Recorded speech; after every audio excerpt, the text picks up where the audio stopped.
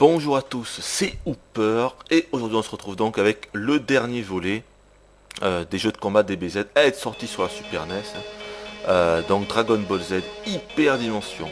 Un jeu qui est fondamentalement différent de la trilogie des Super Butoden dont je vous ai déjà fait une vidéo, mais vous verrez ça. Alors que là on voit un magnifique travelling vers le visage de Son Goku.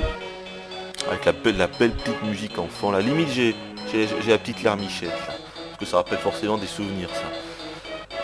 Ouais, donc c'est sorti en 1996, donc assez tard, hein, 96 quoi, c'était la fin de l'ère 16 bits. Et toujours bien sûr développé par Bandai.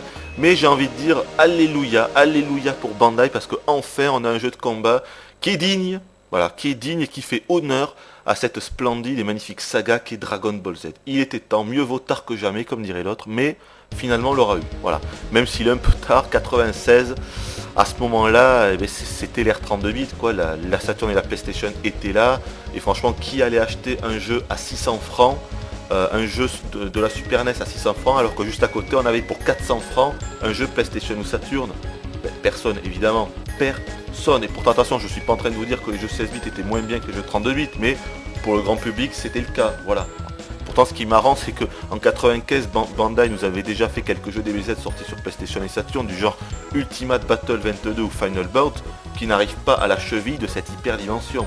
Et pourtant ils ont eu bien plus de succès que cette hyper dimension. Et ils sont pourtant sortis sur une console technologiquement supérieure. Alors que cette hyper dimension, lui, est technologiquement supérieur aux opus 32 bits, quoi. Je sais pas si je me suis bien fait comprendre dans cette phrase, mais il y a un petit paradoxe là. Il y a quelque chose qui n'allait pas. Alors que là, une démo s'est enclenchée.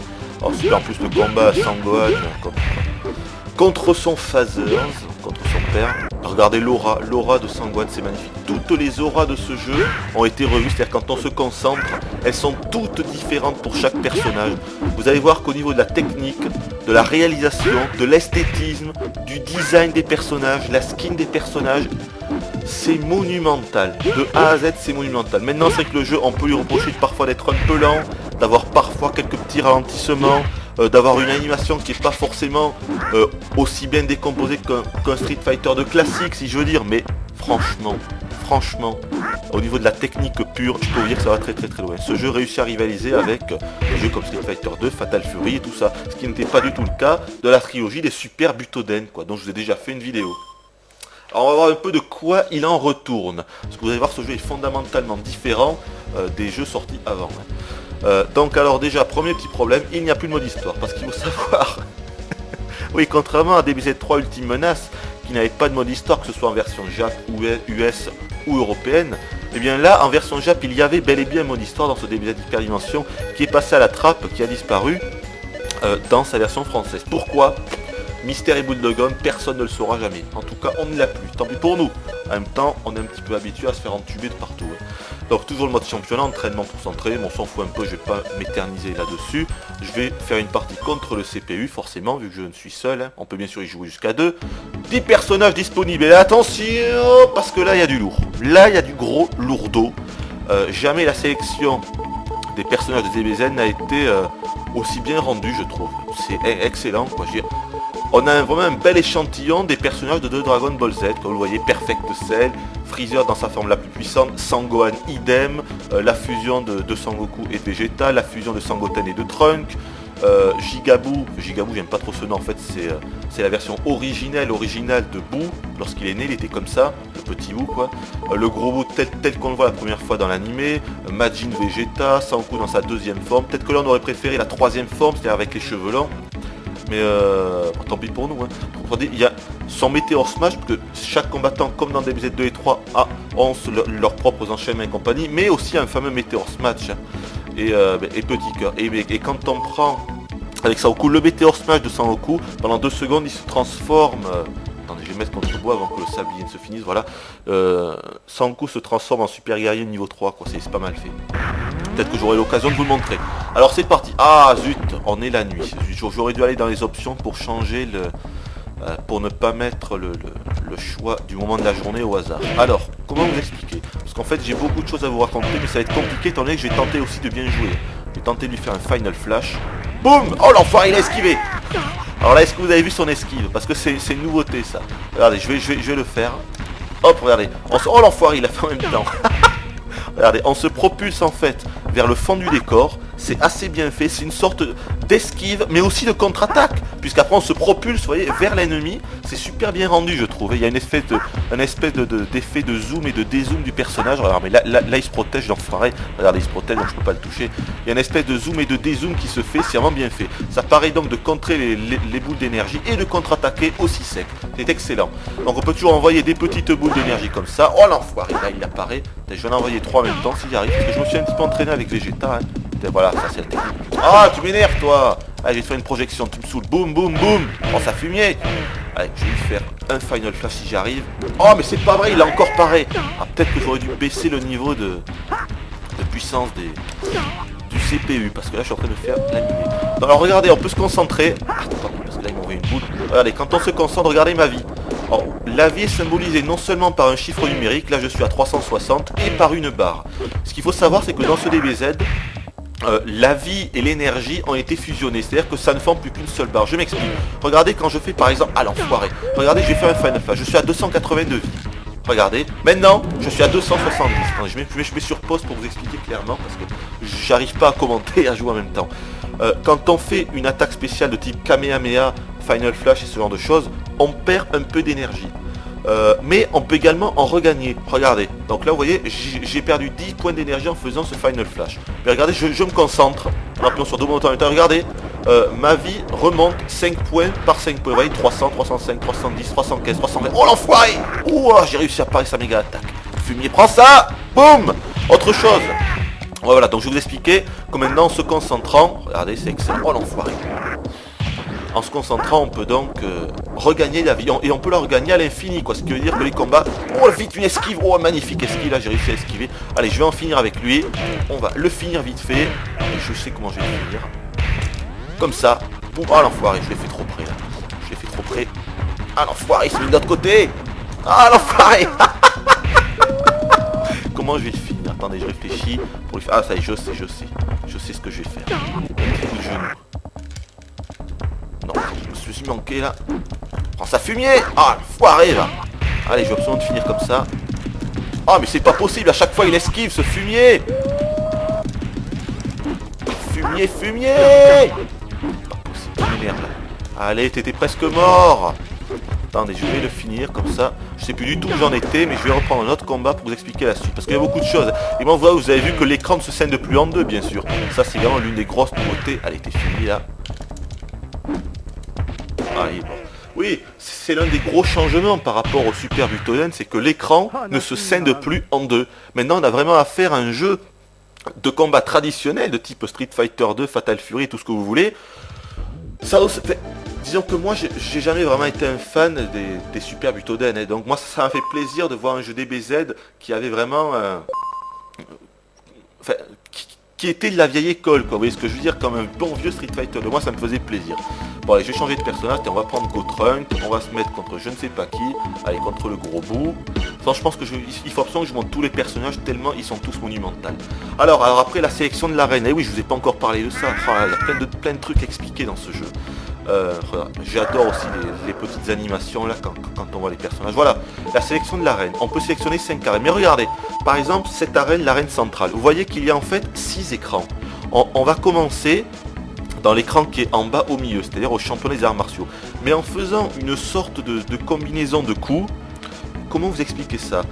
Si vous voulez, les surfaces de combat se passent sur plusieurs niveaux. En faisant une sorte de coup spécial, je vais pouvoir projeter mon adversaire soit à l'horizontale, soit à la verticale. Par exemple, si je le projette, je vais y arriver, à la verticale, je vais l'envoyer dans les airs. Je vais tenter. On va prendre cette arène.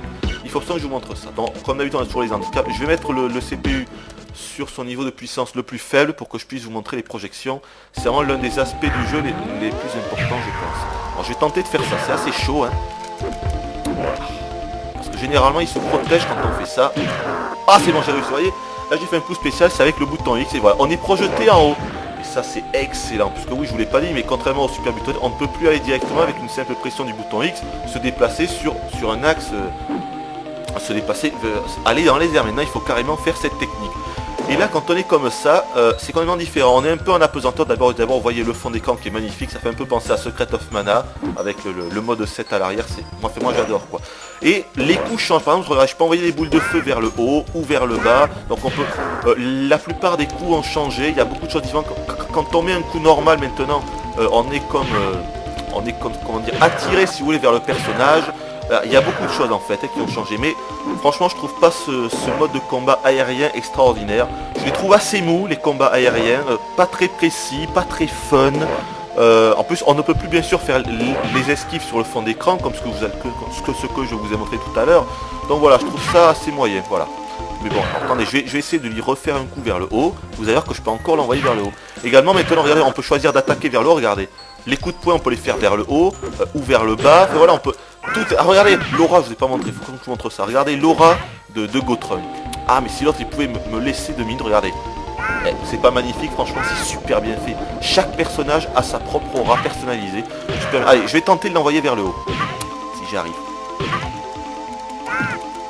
Oh, j'ai réussi, et là vous allez voir, on va atteindre le palais du Tout-Puissant, voilà. Et on peut aussi faire ça latéralement, hein, c'est-à-dire sur la droite ou la gauche. Franchement, c'est pas excellent, ça, c'est excellent.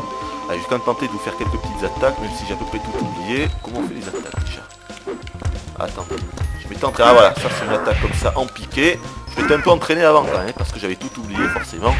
Qu'est-ce que je vous ai pas dit? Attendez, je vais vous faire l'attaque magique de Gotrunk, elle est magnifique, vous allez voir, en fait c'est des super fantômes. Oh l'enfoiré, regardez.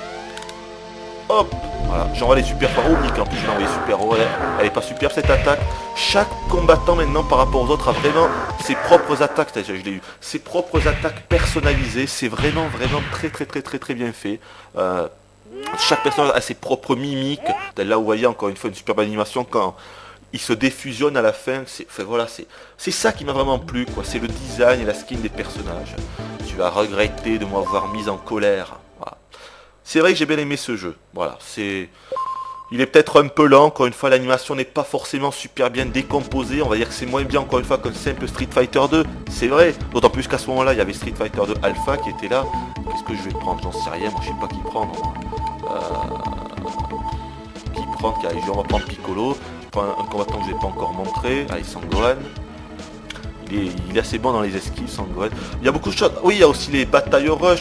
Il y a tellement de choses à expliquer dans ce jeu. Alors les batailles rush, c'est quand 2 combattants se donnent des coups de poing ou des coups de pied en même temps. Il y a une sorte de combo d'enchaînement qui se fait. Je vais aller là. Cette arène-là, je ne vous l'ai pas encore montré. C'est Namek. Une sorte d'enchaînement qui se fait, il faut appuyer le plus rapidement sur le bouton A pour réussir à s'en sortir. Il y a également une sorte d'esquive. Je vais essayer parce que Sangohan généralement il le fait assez souvent ça. Je vais d'abord vous montrer sa technique spéciale, le Mokan Koza. Oh, boum. Elle est pas super impressionnante. C'est vrai que les techniques magiques ne sont pas très impressionnantes, ça c'est certain. Oh, ça fumier, oh l'enfoiré, il s'est paré. Ah, il a paré mon attaque. Vous voyez là encore, vous voyez l'aura de Sangohan qui est magnifique. Là, je vais vous montrer l'aura. Oh, ça fumier, super coup de pied là. C'est une des seules attaques que j'ai apprises avec Piccolo en même temps, donc je la fais. Hein. L'autre, je sais plus ce que c'est pas ça. Ah oui, j'avais appris le poursuivant aussi. Ah oui, une autre attaque aussi.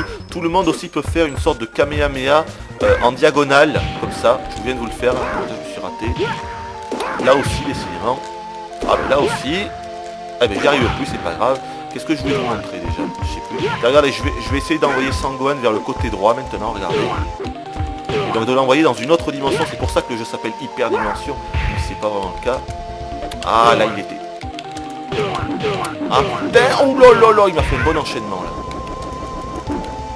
Regardez, je vais me concentrer pour me remettre de l'œil, parce que là je suis à 124. Vous allez voir, c'est pas super bien frais, franchement l'aura, et quand on se concentre c'est le perfect. Ah mais c'est pas possible, je veux t'envoyer de l'autre côté. Ah j'arrive pas. Ah vous voyez là, là il a paré mon attaque et il a contre-attaqué aussi sec. C'est le système de parade du jeu. Ah voilà, ça j'ai réussi. Ah c'est assez chaud à placer parce qu'il se protège assez souvent, vous voyez. Là je l'ai amené dans une autre. En fait là si vous reconnaissez c'est Freezer qui avait fait ce gros trou sur la planète Namek. Je l'ai amené dans une autre. Ah bah attendez, je m'aperçois que Petit Cœur est en critical. Donc je vais pouvoir faire son Météor Smash. Alors attendez, parce que je sais plus du tout ce que c'est. Donc je vais voir sur internet là. Le Météor Smash de Petit Cœur. Voilà, alors avant, arrière, bas, haut, Y et B. Ouais, je suis pas sûr d'y arriver là. Alors, on va tenter quand même. Avant, arrière, bas, Y et V, ok. J'ai raté. Ah, c'est chaud. Ah, c'est chaud. Oh l'enfoiré, oh l'enfoiré. Ah, c'était tant pis, je vais abandonner. Voilà, je pense que je vous ai à peu près tout dit sur le jeu. Pas tout dit, mais une bonne partie. Là, c'est un combat aérien, donc c'est pas ce que je préfère. C'est vrai que j'ai trouvé assez moyen cela. La plupart des coups changent par rapport à quand on est au sol. Ça fumier. Bon allez vas-y, tue-moi, comme ça j'aurai le temps de vous montrer d'autres personnages. Allez vas-y, finis-moi. Allez, finis-moi, voilà. Qu'est-ce que je vous ai pas montré? Ah non, je vous ai à peu près tout dit. Les combats qu'on voyait se passent toujours en un seul round de gagnant. Il n'y a pas de timer, hein. On n'est pas dans Street Fighter 2. Il y a beaucoup de voix digitalisées, encore une fois, c'est vraiment de très bonne facture. Il faut savoir que le jeu, on est passé de 16 mégabits dans les jeux Super Butoden, ça c'est la taille de la cartouche, à 24 mégas sur cette cartouche. Et franchement, les 24 mégas, ça se voit, quoi. Ils y sont vraiment. Je vous ai à peu près tout dit, je pense. Je vais prendre un dernier personnage. Qu'est-ce que je vous ai pas montré? Allez, Cell, et je vous ai pas montré qui. Je vais pas montrer Sangoku. Ah si, vous l'avez vu dans l'animé, dans l'intro plutôt. Je vais montrer la fusion. Et puis on s'arrêtera là. Je pense que je ferai une autre vidéo en vous montrant, ouais putain, les animations quand on voit les persos, c'est super bien fait. Je pense que je vous ferai une vidéo vous montrant les Meteor Smash de DBZ 2, 3 et 4, parce que franchement ça vaut vraiment le coup. On va se mettre au niveau 2 quand même. Les musiques aussi sont pas mal, j'en ai pas parlé, elles sont vraiment bien, il y en a plus que dans les autres DBZ, il y en a une bonne dizaine. Elles sont vraiment de bonne facture, hein. Elles ont du punch et tout, c'est pas mal. Regardez, quand on se concentre, c'est vraiment tous les personnages sont différents à ce niveau-là, et ça c'est vraiment bien. Hop. Tentez de lui faire sympa, voilà, lui fait... Ah, un autre truc que je vous ai pas montré, regardez. On peut orienter, comment dire, la puissance des super torts. Regardez, là je vais lui faire un petit Kamehameha. Vous l'avez pas bien vu, mais je vais le refaire. Voilà, là c'est un petit. Regardez, si j'appuie plus longuement sur le bouton, ça fait un gros Kamehameha. Maintenant on peut aussi orienter ça. Là c'est pas mal. Il y a beaucoup de petites choses comme ça, de toute façon à vous dire. C'est difficile de tout expliquer. Alors là, faut que ça soit clair. Là, je suis nul, donc je ne connais pas vraiment très bien les techniques et tout. Donc c'est pour ça que j'y arrive pas. Hein. Par exemple avec Cell. Ah oui, il y avait une technique avec Cell. Attendez, je regarde sur la notice là, parce qu'il y avait un truc assez joli à faire. C'est les petits Cells. Voilà, attaque de petits Cells. Droite, gauche, droite et B. Je vais tenter de vous montrer ça, parce que c'est vraiment bien fait, vous allez voir. Alors regardez, il prend un petit Cell, hop, et il y a un petit Cell qui fonce sur le... Vous voyez, c'est ça qui est excellent, c'est qu'il y a plein comme ça d'attaques qui sont personnalisées. Oh, voilà, boum, il l'a eu. Hop, on peut toujours faire les fameuses esquives de l'avant vers l'arrière, regardez. Hop, voilà, ça c'est excellent. Alors, je vous ai à peu près tout dit, encore une fois, je suis pas un king à ce jeu, c'est certain. Mais je pense vous avoir à peu près tout dit, on va se remettre un petit peu d'énergie. C'est un jeu qui est beaucoup plus fin, qui est beaucoup plus évolué que les Super Butoden. Hein. Il est très tactique, très technique, hein. Ça a pratiquement plus rien à voir. Le truc c'est qu'en solo c'est assez lassant, faut vraiment y jouer à 2 joueurs je pense pour prendre son pied. Honnêtement en solo c'est assez moyen.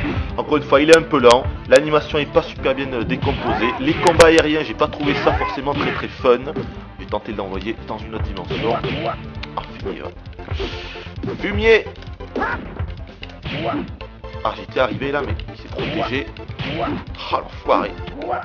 Ah il m'a eu. Allez c'est pas grave, on va s'arrêter sur cette mort. C'est assez pitoyable mais bon tant pis pour moi. Voilà on va s'arrêter là. Je pense que je vous ai à peu près tout dit. C'est vraiment un bon jeu. C'est l'un des meilleurs DBZ 2D jamais créés. Supérieur au DBZ 2D créé sur 32 bits. Donc ça c'est un petit peu la honte quand même. Voilà, c'est un bon jeu. Son seul souci, un de ses seuls problèmes, c'est vraiment qu'il est sorti trop tard, quoi. Trop tard, à la fin de l'époque 16 bits. Allez, je vous dis bye bye et à la prochaine.